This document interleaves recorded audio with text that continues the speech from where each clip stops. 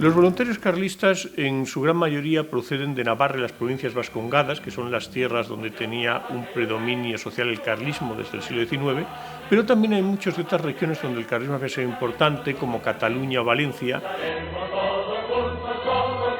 Tenemos también carlistas en Andalucía y en algunas otras regiones españolas, pero coincide en gran parte su geografía con la antigua geografía del carlismo en el XIX. Desde el punto de vista social, tenemos carlistas que proceden de todas las clases sociales. Tenemos desde grandes de España hasta jornaleros. Tenemos quienes eran pues unos elocuentes oradores y tenemos alguno del tercio de Nuestra Señora de Montserrat que vive gritando Visca España porque no sabe hablar castellano. En sus negativos aparecen los combates, la hora del rancho, momentos de aseo, intentando librarse de los piojos, junto a multitud de escenas propias de la vida en las trincheras y en primera línea de combate. Otras veces retratan escenas de vida en retaguardia, de diversión y de camaradería. Bromas, juegos, canciones o bailes en fiestas improvisadas junto a momentos de intimidad y reflexión.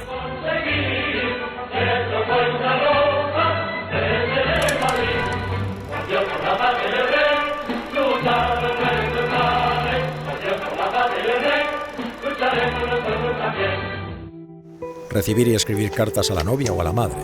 La lectura de periódicos con noticias de retaguardia antes de las guardias nocturnas.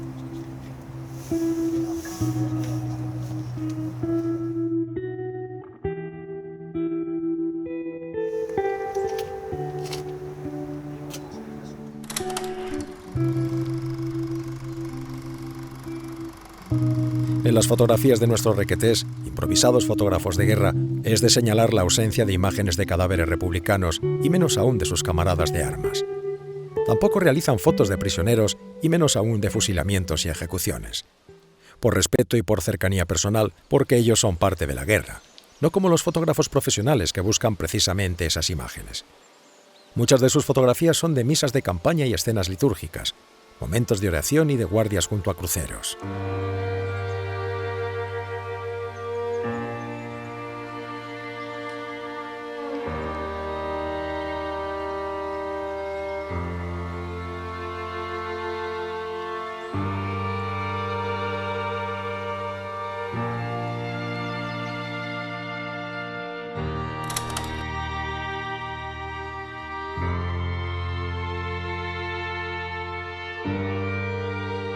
Con el fracaso del golpe militar, muy pronto se organizan por toda la España nacional unidades de voluntarios, fundamentalmente de falangistas y requetés carlistas, para combatir. El objetivo era Madrid. El día de lanzamiento nacional, en la plaza del Castillo de Pamplona, miles de navarros, carlistas la mayoría, forman para ponerse a las órdenes del general Mola.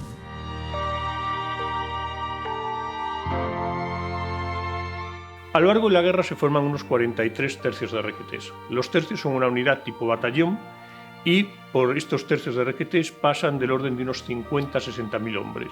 Son utilizados por lo general como tropas de primera línea y eso explica que tengan muchísimas bajas. Tienen unos 6.000 muertos y unos 30.000 heridos. Lo mismo se le ve a don Manuel Ezama Leguizamón en el frente, hecho un asco, como todos los demás, que era una de las mayores fortunas de Vizcaya, que se le ve a cualquier aparcero o labrador o no sé, alpargatero, carpinteros. O sea, era un poco había de todo, ¿no? Pero sí se da, el fenómeno que se da en el movimiento carlista no se da en otros. Los jefes o las autoridades de la comunidad tradicionalista no emboscan a sus hijos, sino que les mandan al frente el primer día.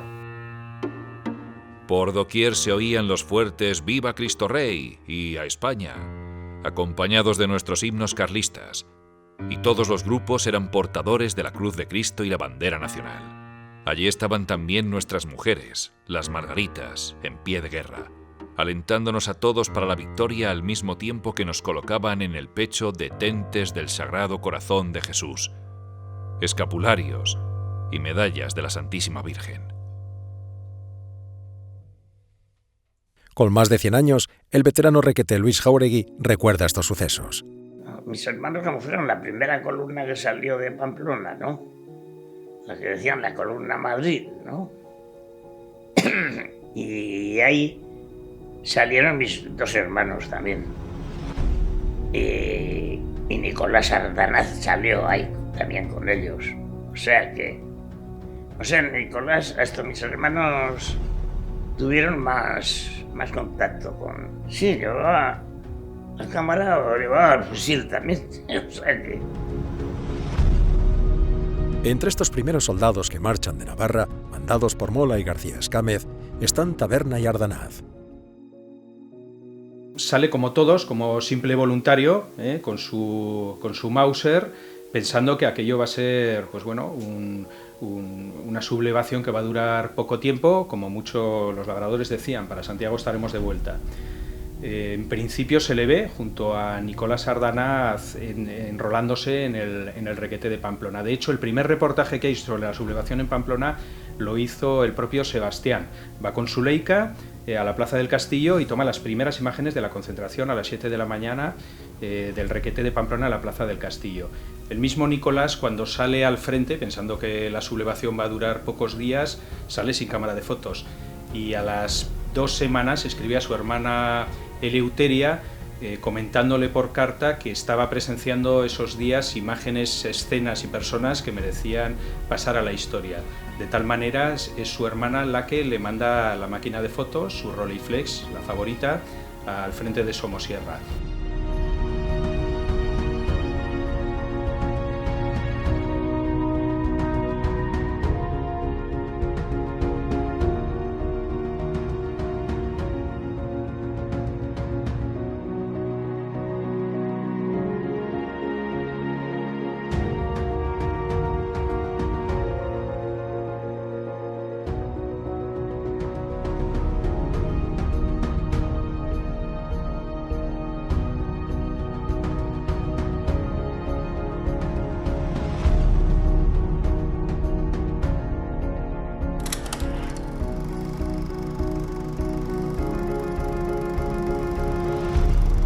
El primero de nuestros fotógrafos y requetés es Sebastián Taberna. Sebastián Taberna es un pamplonés nacido en la calle Mayor y con bastantes inquietudes artísticas y fotográficas desde su inicio. Es un hombre bastante autodidacta, compra revistas fotográficas francesas, inglesas y se pone en contacto con otras personas con inquietudes similares en Pamplona, como podía ser el fotógrafo Irurzun o el mismo Nicolás Ardanaz.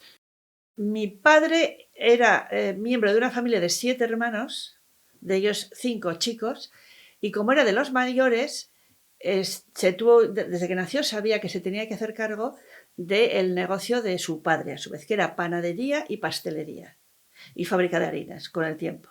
Yo creo que aprendió de una manera autóctona, pero con amigos que también tenían afición a la fotografía. Y entonces entre 4 chalaos pues se daban fórmulas, se intercambiaban libros, se intercambiaban folletos, y uno de los sitios donde compraban los productos para hacer los revelados, los líquidos para revelar, era la droguería de Ardanaz en la calle Mayor.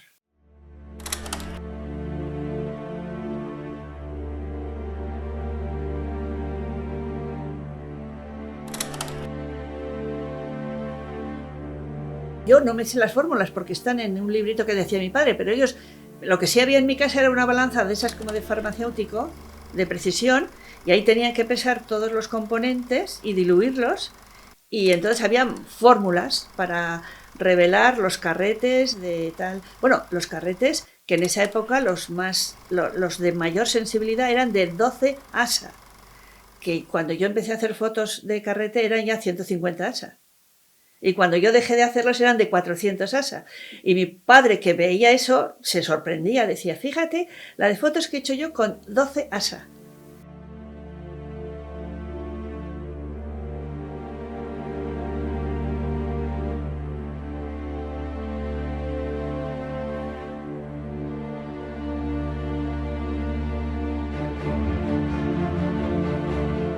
El año 33 adquiere una Leica modelo 3A, con varios objetivos y una ampliadora, y a partir de ahí todo su bagaje fotográfico se centra en la Leica, que maneja a la perfección y con la que logra reportajes con una técnica notable y con una frescura sorprendente.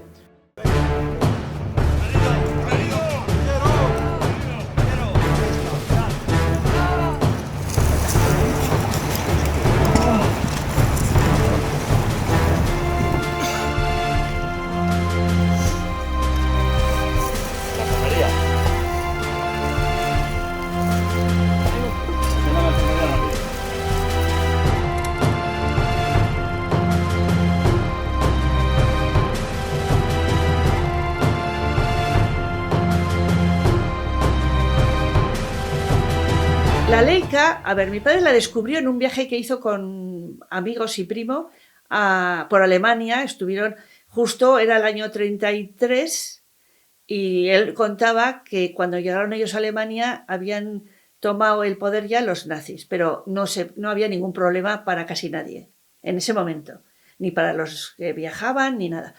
Y ahí descubrió la Leica, pero no la compró allí, porque yo le he oído contar que nada más volver, entonces por medio de un amigo de Pamplona que era fotógrafo, de aficionado, consiguió la Leica. No sé quién se la pudo vender y no sé cómo llegó aquí, pero no debía ser fácil comprar una Leica. De la Cámara de Taberna nacen algunos de los reportajes más sobresalientes de toda la Guerra Civil Española. Los italianos en Guadalajara, 2 reportajes muy interesantes del Hospital Alfonso Carlos de Pamplona, el desfile de las Brigadas de Navarra después de la victoria de los nacionales en el Frente Norte por Pamplona, y, después de ese desfile, se produce uno de los bombardeos de la aviación roja sobre Pamplona que Taberna también fotografía.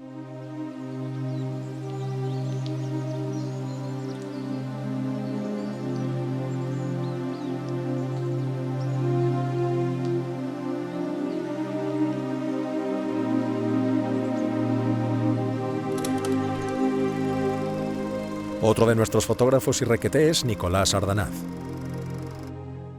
Nicolás y Sebastián ya mantienen una amistad y una relación artística desde antes de la guerra. Los dos son de la calle Mayor y los dos intercambian información, excursiones, inquietudes y revistas fotográficas que se van pasando. En el caso de Sebastián con la Leica y en el caso de Nicolás con la Rolleiflex. Hay escenas muy divertidas de cómo se intercambian, por ejemplo, montados en un burro, el uno se fotografía con el otro.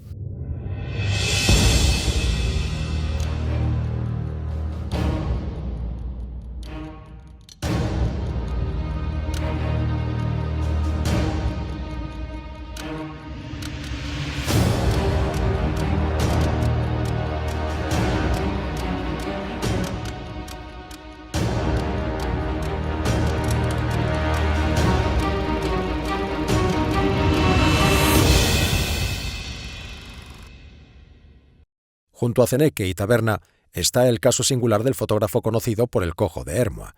Estos 3 van a ser los más importantes requetés y fotógrafos de la Guerra Civil. El Cojo no era, desde luego. De Ermua sí, pero Cojo no era.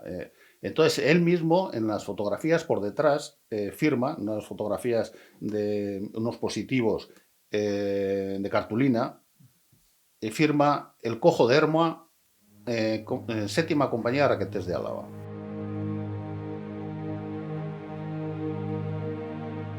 El Cojo de Ermua era el hijo del sacristán de Ermua. Ermua es un pequeñísimo pueblo debajo de la Sierra de Alguea, en Álava, y era un individuo pues, ya talludito y con 3 hijos que salió a la guerra con 30 y tantos años y tuvo la humorada de llevarse pues, una máquina de aquella de trípode, que era un cajón de madera que usaban los minuteros, por ejemplo, cuando nos hacían fotografías en el Parque de Doña Casilda en Bilbao, ¿no? Y este hombre pues, se incorporó a la 7ª Compañía de Requetés de Álava, que siempre estuvo, siempre, desde el principio de la guerra, desde julio del 36 hasta el avance de la ruptura del Frente de Vizcaya en el 37, en mayo del 37, pues estuvo en una amplia zona que cubre desde Sierra Salvada, encima de Orduña, hasta Villarreal de Álava.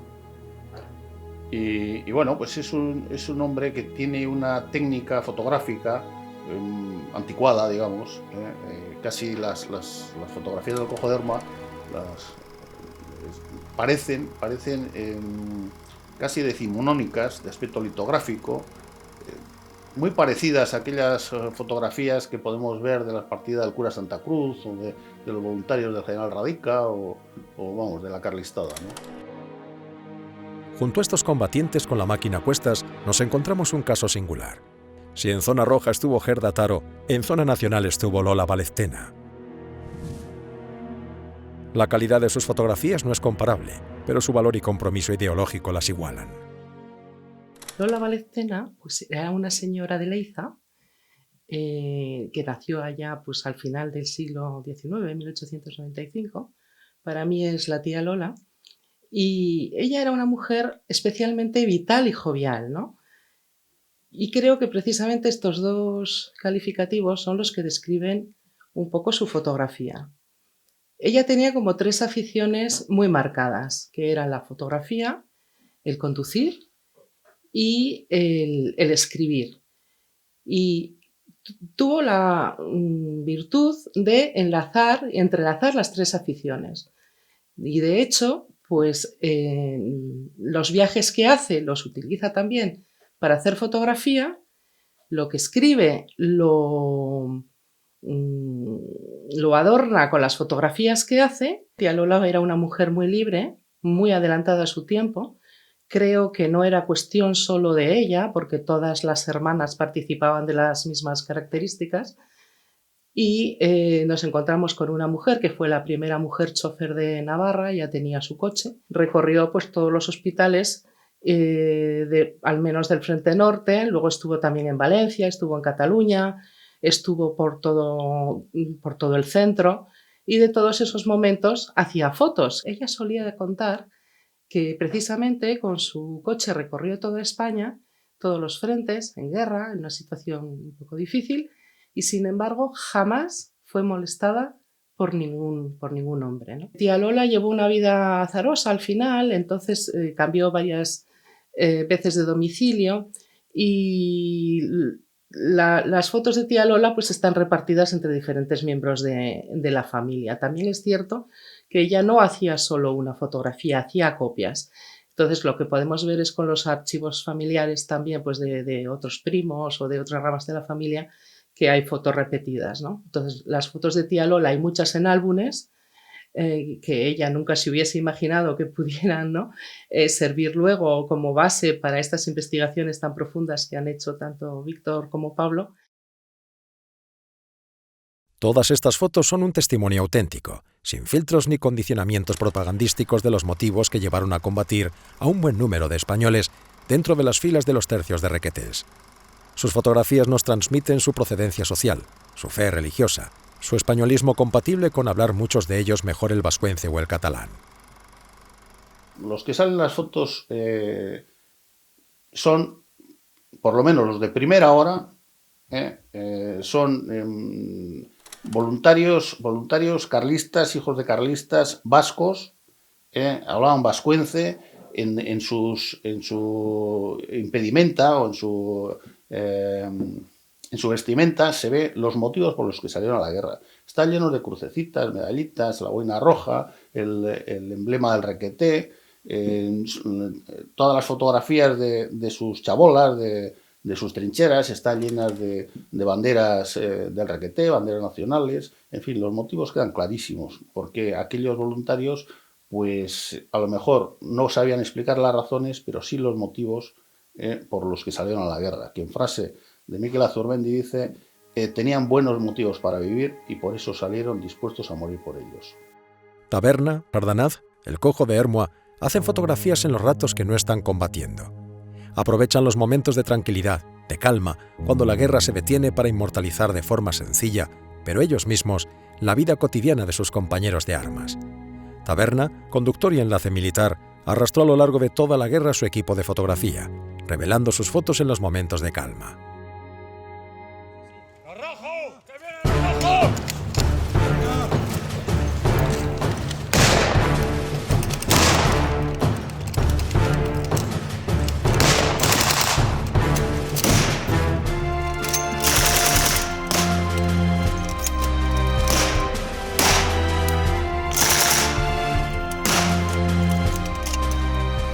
Ellos viven en la guerra y desde la guerra. Y de hecho, el mismo Sebastián realiza su labor fotográfica de revelado en el mismo frente de batalla. Es muy curioso ver imágenes de cómo él, pues en una chabola, en una casa donde se encuentra hospedado en el frente, monta su taller, su laboratorio de revelado, incluso realiza copias y entrega copias en el mismo frente, retratos a los combatientes para que puedan mandar desde el frente a sus familias sus fotografías.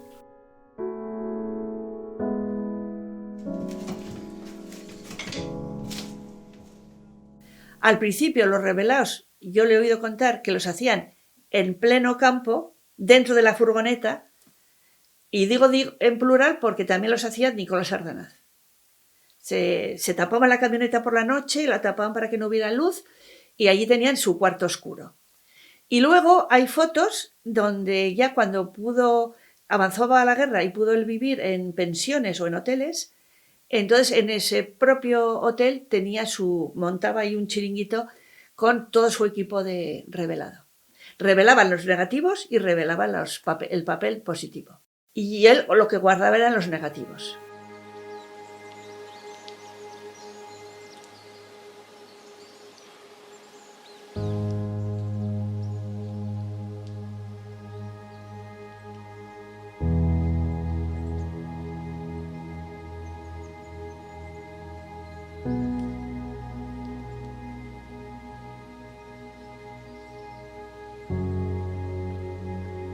Cuando van al frente no salen con intención de publicar ni de hacer una labor propagandística. Hacen un tipo de fotografía muy diferente. Hacen una fotografía expresiva. Ellos quieren captar y recordar aquello que es lo que están viviendo desde el punto de vista del combatiente. Es una diferencia bastante significativa. Un prisma, una sensibilidad diferente. Ellos no suelen hacer imágenes publicitarias de los destrozos del enemigo o de la uniformidad, no. Cuentan el día a día y la realidad del combatiente.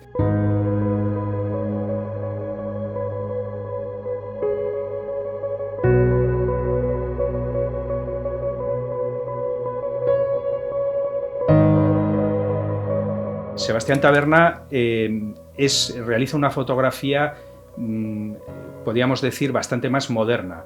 Es capaz de realizar hasta planos experimentales, maneja la Leica con una soltura increíble, lo mismo es capaz de hacer un retrato, que hacer una composición, que hacer un bodegón, que captar escenas de combate totalmente dinámicas propias del mejor reportero de guerra. De hecho, el reportaje que hace de la toma de Sigüenza son en primera línea, conforme van, y en tiempo real, conforme van entrando las tropas, aparte de riesgo físico, tienen una calidad fotográfica impresionante. Es un hombre capaz de hacer fotografías de noche, jugar con los claroscuros y bueno, pues con una soltura y una técnica fotográfica para nada que envidiar pues a grandes artistas de la fotografía en la Guerra Civil como Robert Capa y demás. Sus imágenes son realmente, aparte de su sensibilidad, su soltura y su intuición como fotógrafo para captar aquello que pueda ser importante para dejar a la posteridad, es sorprendente. George Orwell, en su novela 1984, en boca de su protagonista Winston Smith, sobre la reescritura de la historia o su sencilla eliminación, porque el objetivo de los regímenes socialistas y comunistas siempre ha sido reescribir el pasado, escribió: El pasado había sido borrado, se había olvidado que había sido borrado, y de ese modo la mentira se convertía en verdad. Todos ellos, Nicolás Ardanaz, Ceneque, Sebastián Taberna, Lola Valeztena, El Cojo de Hermua, Martín Gastalazzatorre, Ceferino Llangas, Germán Raguán y Julio Gelbenzu. Nos han dejado un legado de importancia incuestionable. Salieron a la guerra con su fusil y con su cámara, con sus ideales y el compromiso de luchar y morir por aquello que creían, y nos dejaron su ejemplo y el testimonio gráfico de un tiempo extraordinario e imprescindible para conocer mejor nuestro pasado.